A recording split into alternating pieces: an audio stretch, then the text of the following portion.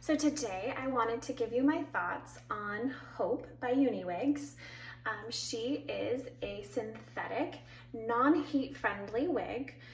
This is in the color Creamy Ice. She comes with an 8.5 by 9-inch base top, mono top with a lace front. She did come 16 inches, but what I did, the 16 inches wasn't working for me. She came 16-inch with wavy. It didn't work on my frame. It didn't work on my stature. The wavy was too much. So what I did was I chopped her length and relaxed the curl.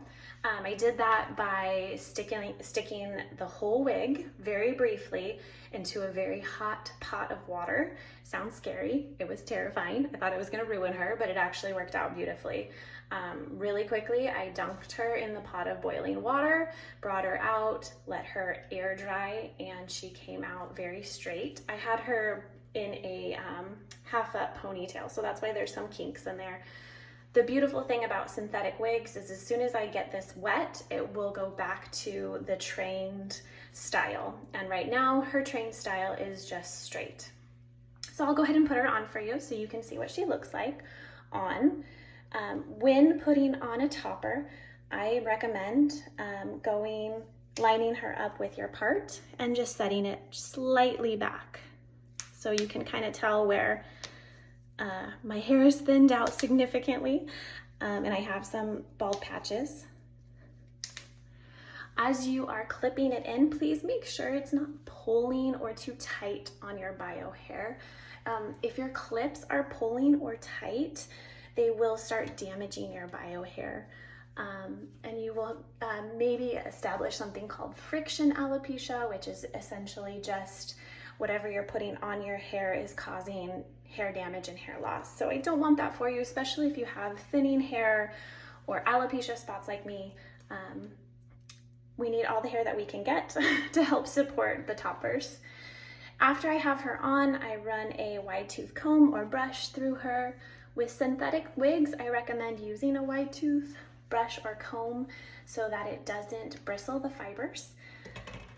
Once you have her on, clipped in and situated, I typically double check my part to see how it's blending. Right now, she's actually blending really well.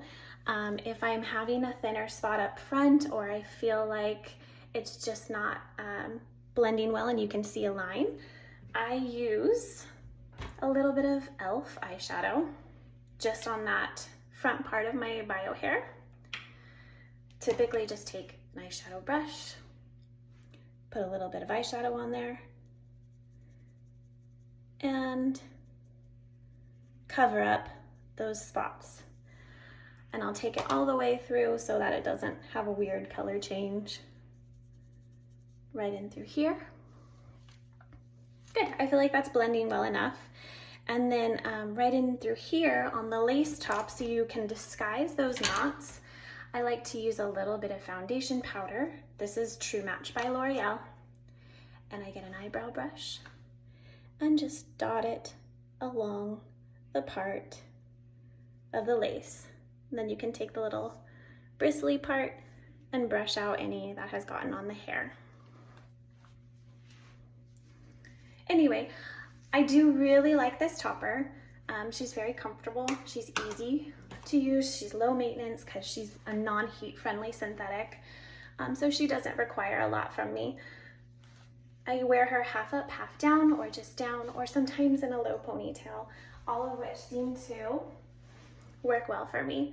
If you have any questions, ask below and I'd be happy to answer them.